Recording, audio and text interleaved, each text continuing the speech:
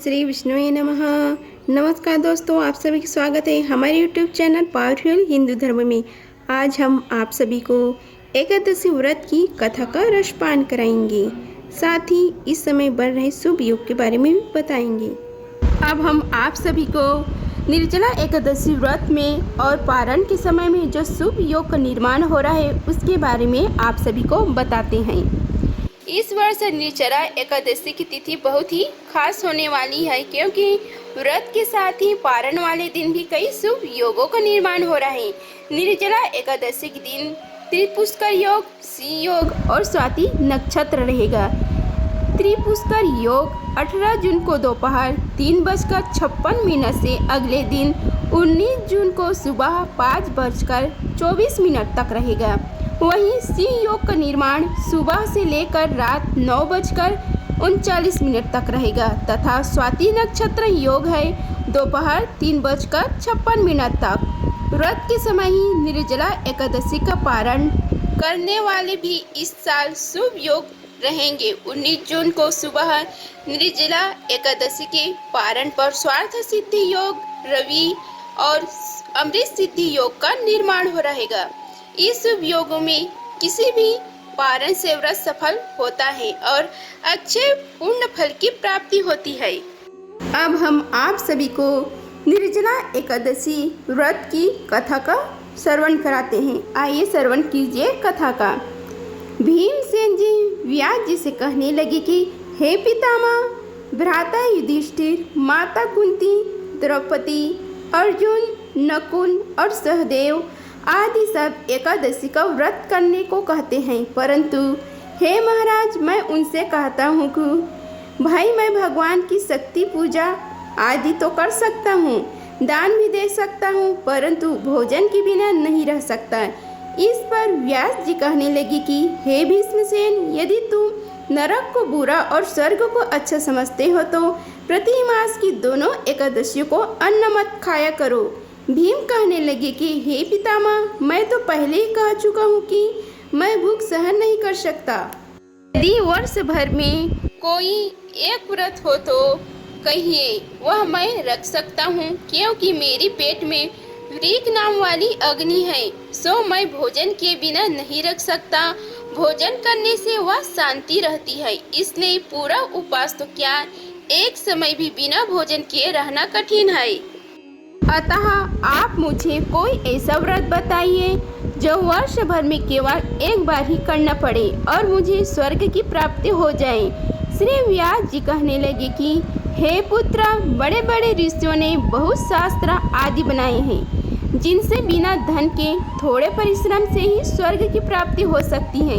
इसी प्रकार शास्त्रों में दोनों पक्ष की एकादशी को व्रत मुक्ति के लिए रखा जाता है। व्यास जी के वचन सुनकर भीमसेन नरक में जाने के नाम से भयभीत हो गए और काँप कर कहने लगे कि अब मैं क्या करूं? मास में 2 व्रत तो मैं कर नहीं सकता, हाँ वर्ष में एक व्रत करने का प्रयत्न अवश्य कर सकता हूँ।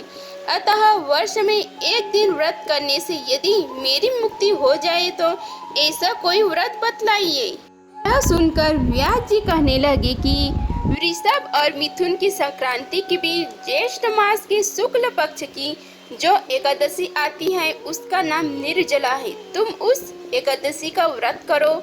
इस एकादशी के व्रत में स्नान और आचमन के सिवाय जल वर्जित है। आचमन में 6 मासे से अधिक जल नहीं होना चाहिए, अन्यथा वह मद्यपान के सदृश हो जाता है। इस दिन भोजन नहीं करना चाहिए, क्योंकि भोजन करने से व्रत नष्ट हो जाता है। यदि एकादशी को सूर्य उदय से लेकर द्वादशी के सूर्य उदय तक जल ग्रहण न करे तो उसे सारी एकादशियों के व्रत का फल प्राप्त होता है। द्वादशी को सूर्य उदय से पहले उठकर स्नान आदि करके ब्राह्मणों का दान आदि देना चाहिए। इसके पश्चात भूखे और सत्यपात्र ब्राह्मणों को भोजन कराकर फिर आप भोजन कर लेना चाहिए। इसका फल पूरे एक वर्ष की संपूर्ण एकादशियों के बराबर होता है। व्यास जी कहने लगे कि हे भीष्मसेन, यह मुझको स्वयं भगवान ने बताया है। इस एकादशी का पुण्य समस्त तीर्थों और दोनों से अधिक है। केवल एक दिन मनुष्य निर्जल रहने से पापों से मुक्त हो जाता है।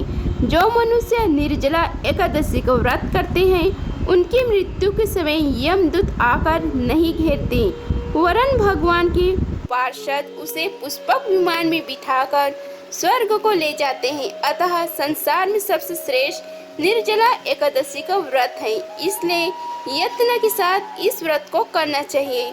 उस दिन ओम नमो भगवते वासुदेवाय मंत्र का उच्चारण करना चाहिए और गौदान करना चाहिए।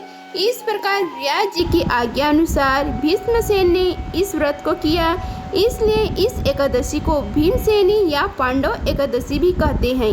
निर्जला व्रत करने से पूर्व भगवान से प्रार्थना करें कि हे भगवान, आज मैं निर्जला व्रत करता हूँ, दूसरे दिन भोजन करूँगा, मैं इस व्रत को श्रद्धा पूर्वक करूँगा, अतः आपकी कृपा से मेरी सब पाप नष्ट हो जाएं। इस दिन जल से भरा हुआ एक घड़ा वस्त्र से ढककर स्वर्ण सहित दान करना चाहिए। जो मनुष्य इस व्रत को करते हैं उनको करोड़ पल सोने के दान का फल प्राप्त होता है, और जो इस दिन यज्ञ करता है उनका फल तो वर्णन नहीं किया जा सकता। इस एकादशी के व्रत से मनुष्य विष्णुलोक को प्राप्त होता है। जो मनुष्य इस दिन अन्न खाते हैं वे चंडाल के समान हैं, वे अंत में नरक में जाते हैं। जिसने निर्जला एकादशी का व्रत किया है वह चाहे ब्रह्म हत्यार हो, मद्यपान करता हो, चोरी की हो या गुरु के साथ द्वेष किया हो, मगर इस व्रत के प्रभाव से स्वर्ग में जाता है। हे कुंती पुत्र, जो पुरुष या स्त्री श्रद्धापूर्वक इस व्रत को करते हैं उन्हें अग्रलिखित कर्म करने चाहिए। प्रथम भगवान का पूजन, फिर गौदान, ब्राह्मणों को मिष्ठान व दक्षिणा देनी चाहिए तथा जल से भरे कलश का दान अवश्य करना चाहिए। निर्जला के दिन अन्न, वस्त्र, उपहार, जूती आदि का दान भी करना चाहिए। जो मनुष्य भक्तिपूर्वक इस कथा को पढ़ते हैं या सुनते हैं उन्हें निश्चय ही स्वर्ग की प्राप्ति होती है। अब हम आप सभी को निर्जला एकादशी व्रत को करने से क्या फल प्राप्त होता है उसके बारे में आप सभी को बताते हैं। यदि आप साल भर में किसी कारण एकादशी को व्रत नहीं रखते तो केवल निर्जला एकादशी के व्रत से आपको सभी एकादशी व्रत का फल प्राप्त हो जाता है। निर्जला एकादशी के व्रत से लक्ष्मी जी की कृपा प्राप्ति होती है और घर पर धन धान्य का अभाव नहीं रहता, साथ ही जीवन में परेशानियों से मुक्ति रहता है। दीर्घायु और मोक्ष प्राप्ति के लिए इस व्रत को फलदायी माना जाता है। भीमसेन ने भी मोक्ष प्राप्ति के लिए निर्जला एकादशी का व्रत रखा था। अगर आप सभी को हमारी वीडियो पसंद आई होगी तो वीडियो को लाइक कीजिए, चैनल को सब्सक्राइब कीजिए और कमेंट बॉक्स में ओम नमो भगवते वासुदेवाय लिखिए। धन्यवाद। मिलते हैं अगले वीडियो में, तब तक के लिए जय श्री राधे कृष्णा।